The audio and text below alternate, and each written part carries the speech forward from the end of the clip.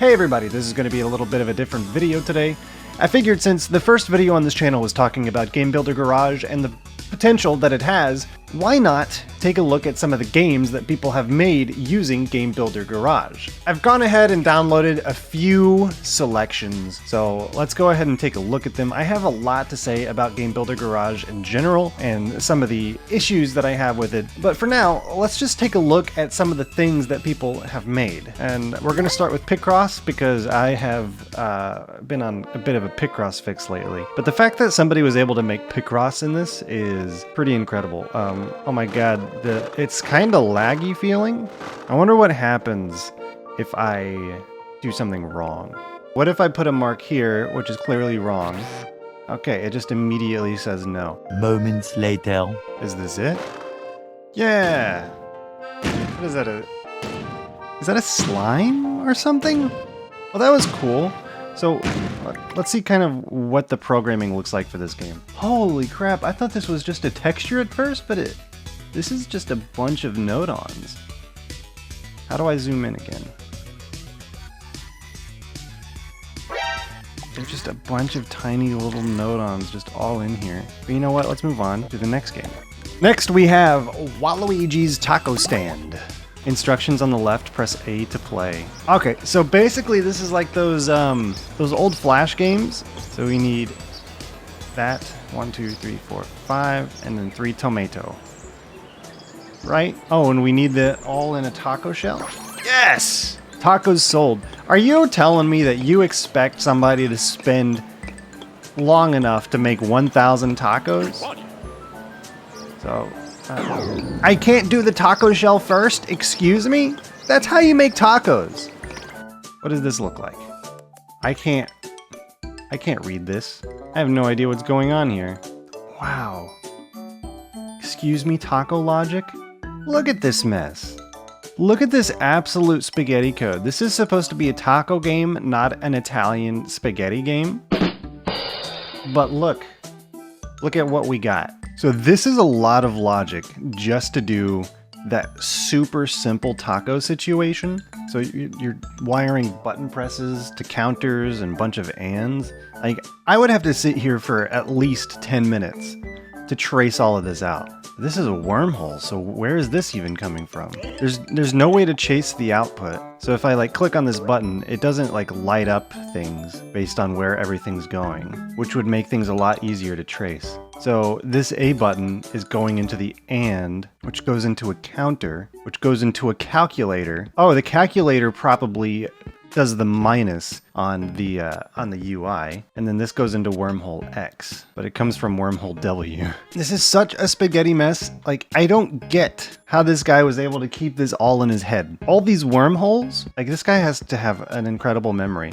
But look, this is the kind of thing that Game Builder Garage basically forces upon you because of its extreme limitations. Anyway, next game. As spaghetti as that last game was, at least it was fairly interesting. It was great to see how the code goes. So we're on Little Puzzle Island now. What am I trying to do? This is just a bunch of puzzles that I'm trying to solve. This feels like very Witness inspired. Oh, hello. Okay, so that is neat. So I need to use this to create the shape that we see on the bottom. So let's do B first, then X, then A, then Y, and then we can put A and B back. Hell yeah. What did that do for me? It said bling. Oh, I didn't realize that we had some like ambience going on up there.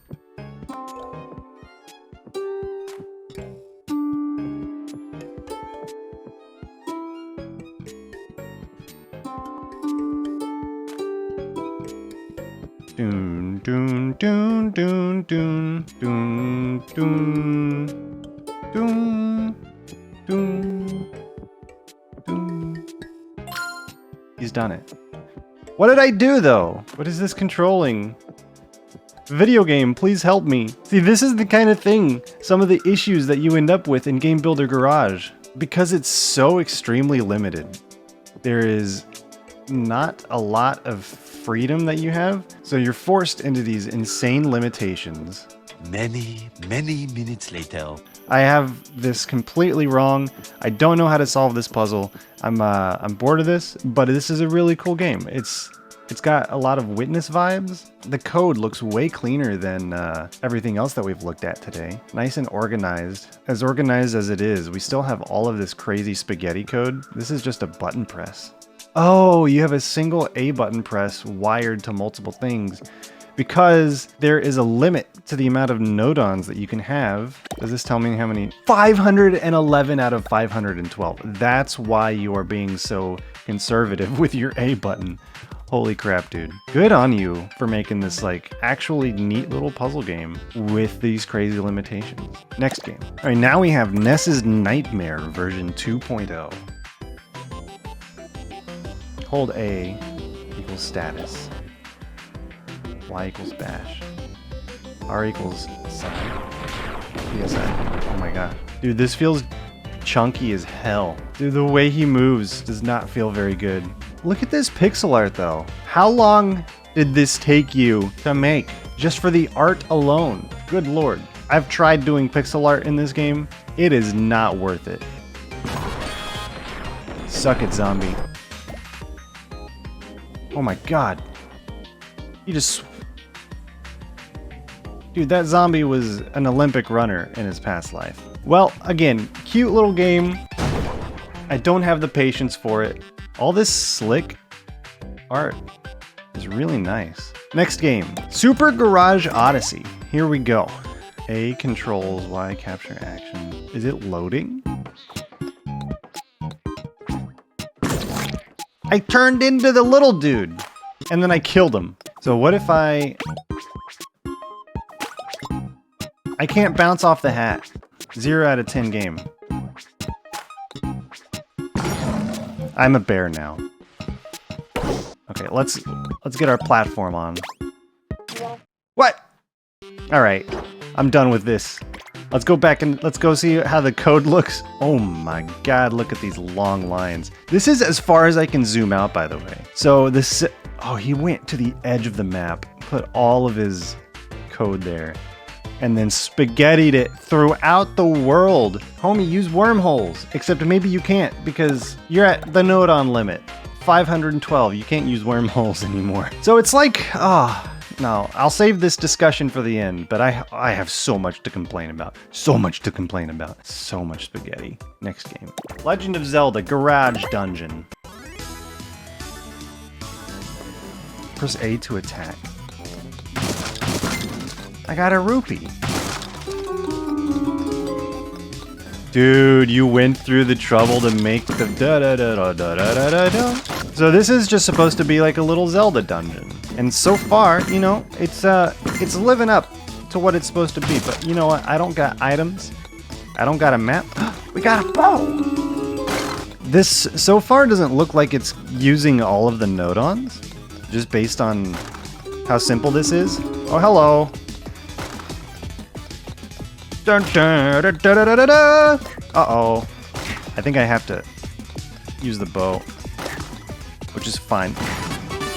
Dude, I am a Zelda master. 491 out of 512. What is this mess? Screen movement logic, puzzle solve, jingle. Oh, that's cute. It's a very well put together little dungeon, especially for Game Builder Garage. That was nice. That was nice. So the last game that we have, the last game that I have to show off is something called Dungeon Master. This is something that's spread over 1, 2, 3, 4, 5, 6, 7 different games slash maps slash projects, which means that he's carrying logic between them. Now, this is the title screen, I guess. Greetings, wandering spirit. Your new life awaits you. Good luck. I'm rolling for each of my stats. I got a 2 on strength, 3 on dexterity, 1 and 1. Uh-oh.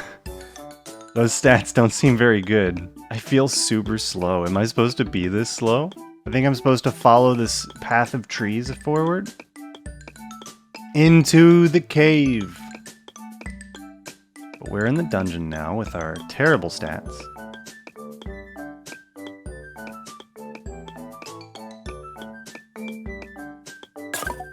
Are you kidding me? So this is supposed to be a roguelike, but so far, no enemies. All right, we're gonna go down this hallway. I was expecting a little more from this game based on the screenshots I saw. Oh, hello. Based on the screenshots I saw and based on how many maps this goes through. And maybe that's not fair of me to assume because this is Game Builder Garage after all, and Game Builder Garage is actually kind of not great. Later. I am done with this game. This code's kind of clean, but at the same time, that clean code kind of tells me that there's not a lot going on, unfortunately. Anyway, so I kind of talked it up in my Game Builder Garage video, like the very first video on this channel.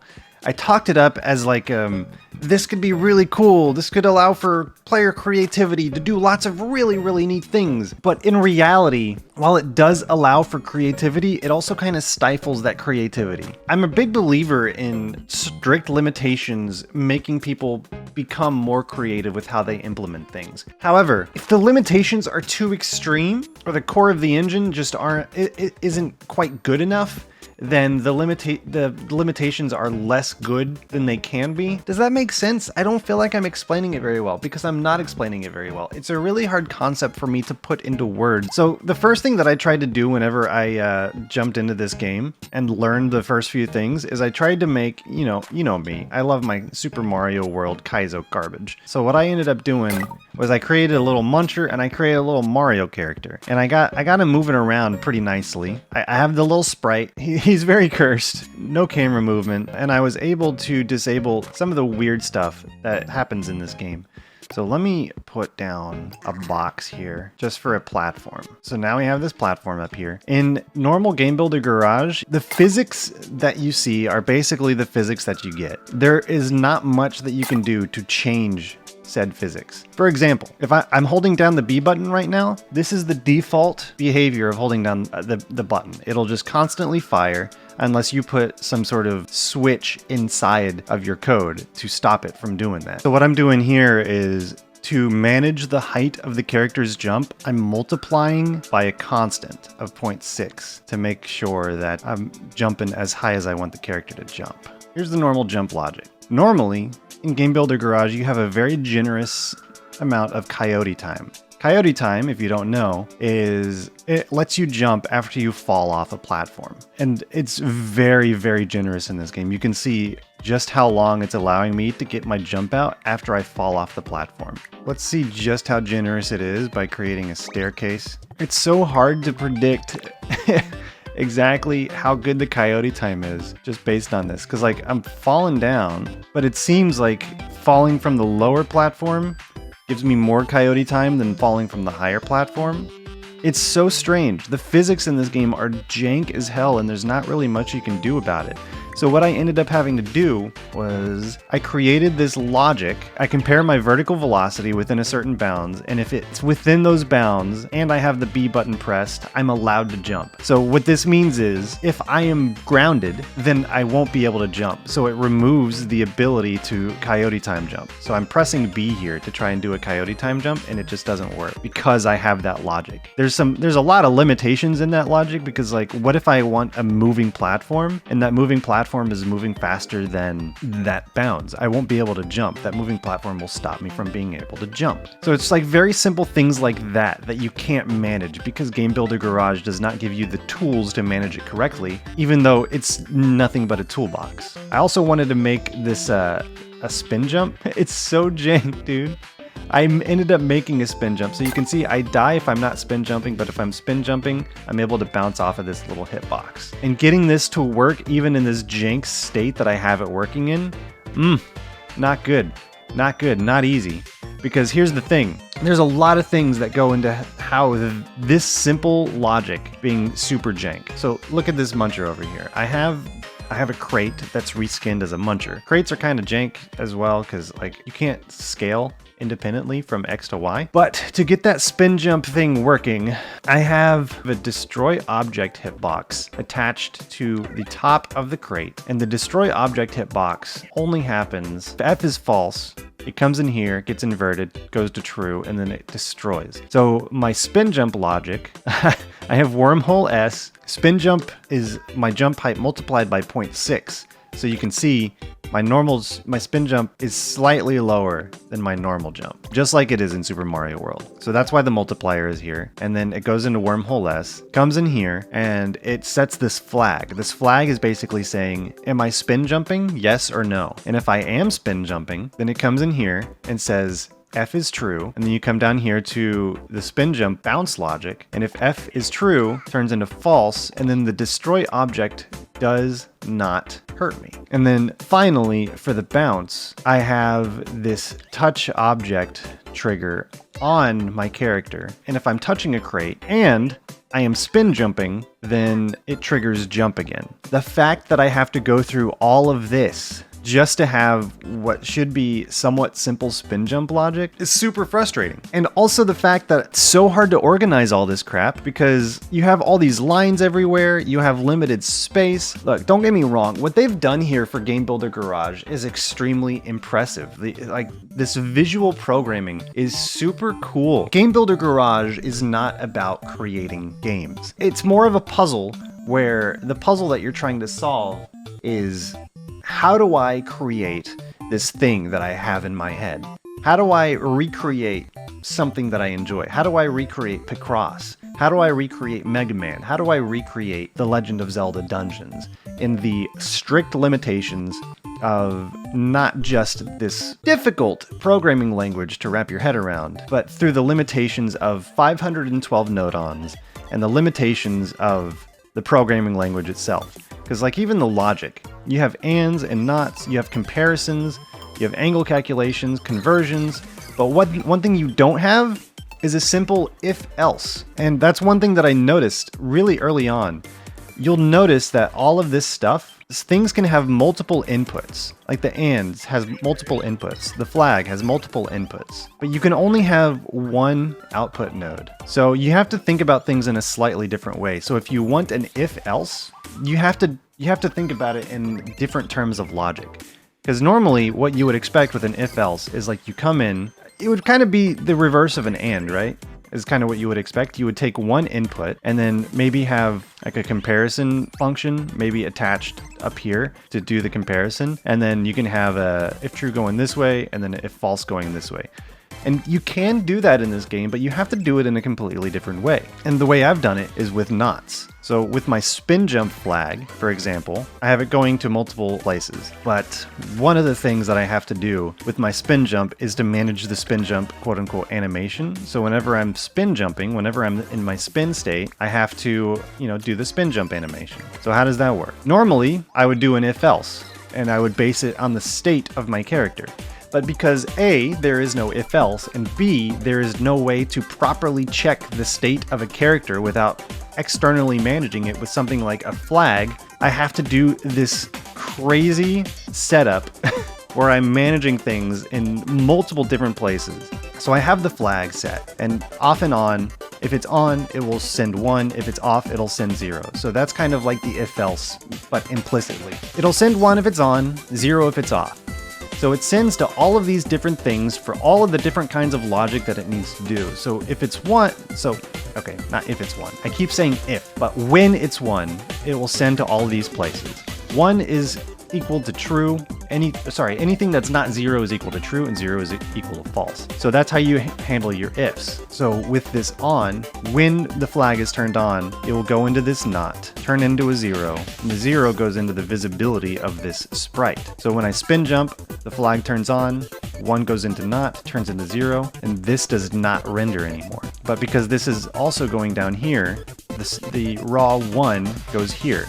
So for a simple if-else, I need an extra inversion. I don't know, maybe it's the same amount of logic, but it's just the kind of roundabout way of thinking about it is what frustrates me. And also the fact that I have to externally manage something like player state with this, because I can't just like have one player object. What I would love to have is like some sort of logic function that allows me to hook into my player object and have things like is grounded, is in state 1, is in state 2, state 3, etc. But instead, you just have to do this crazy spaghetti to get anything done, and it very, very quickly spirals out of control. So like I said, Game Builder Garage is more like a puzzle game where you're trying to work within the limitations to create what you want. Because the limitations are so strict and the way that you build things is so ridiculously obtuse that there's not really much that you can do.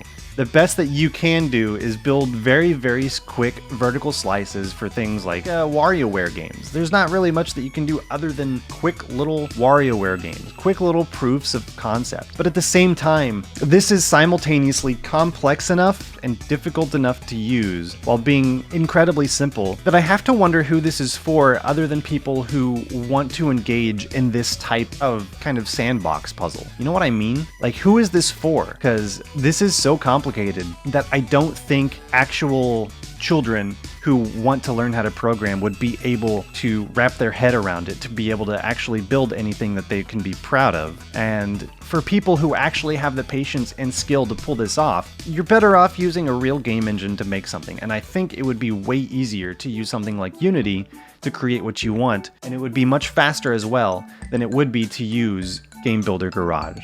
There are far less limitations, far more flexibility, and it's much easier to create your sprites. It's so imprecise in this thing. There's, oh my gosh. I love my Mario sprite though, he's kind of funny. Game Builder Garage, at the end of the day, is a really cool experiment from Nintendo. But because I have no idea who this is for, because the complexities are too extreme, the spaghetti is too noodly, and because the physics are so jank, all of these little things that add up, there's no way that I can see this going beyond what it is now. I don't see them ever making any more patches for it. I don't see people ever getting into it in a big way like they did for Mario Maker 2. This is mostly just a quick diversion where you're in your sandbox doing your absolute best to make the best out of a bad situation. What makes this even worse is that there is no official online support for this game other than being able to share and receive.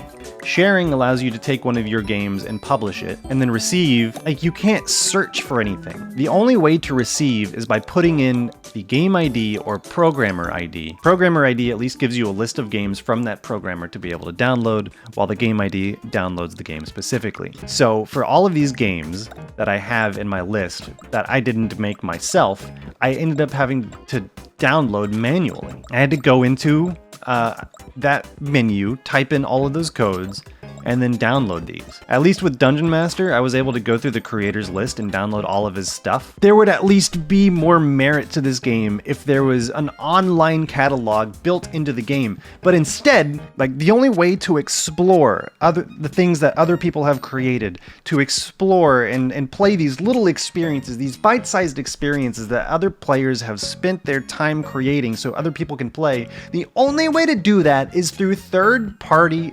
websites and catalogs. There's this mygarage.games website, which unfortunately, according to what we see here, is kind of broken. We have a 404 on api.mygarage.games v1 discovery/newest, which is supposed to put like the popular games down here. Same with newest, like the API is broken. And I'm guessing it's because the person that created this originally had good intentions, but did not want to keep up with it because Game Builder Garage does not seem interested in like having you actually play it. And that's without me complaining about the general tutorial experience, which is just a terrible, terrible, terrible time because it just goes way too far. But like this website, you have to come to this website and search through the catalogs to find something that you might want to play. And like you get a quick screenshot. People are submitting these on their own, which it's cool that somebody at least made this website, but the fact that we have to rely on a third-party service to do something that Mario Maker, for example, has built in, and for a game that's supposed to be built around creating and sharing things with each other is just,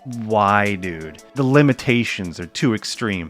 And most of these games that I showed off today, I got from the Game Builder Garage subreddit. Again, using a third-party service to be able to experience the other things that people have created. There is so much potential in Game Builder Garage, but Nintendo is being Nintendo and refusing to allow people to share, and I doubt they're ever going to continue updating it. I would love to see something like this go mainstream in a really good way, but unfortunately, I don't think this is going to be it. There are too many limitations, too many missing features.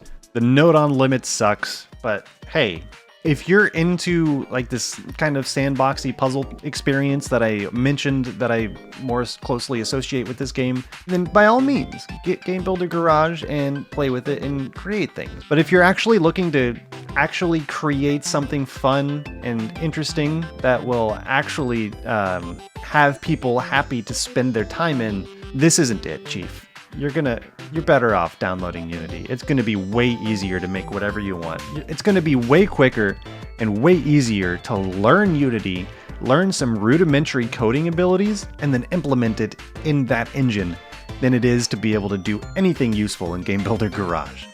That might be slightly exaggerated. I'm honestly not sure if it is. It's just, I don't feel good about Game Builder Garage. I wish I did, but I don't. But hey, that's gonna be it for this video. If you haven't hit the node on limit yet, make sure you go and hit that like button and add it to your Game Builder Garage game. I'll see you next time. Bye-bye. What do you want, Sherman? I hear you shouting. Chill your jets.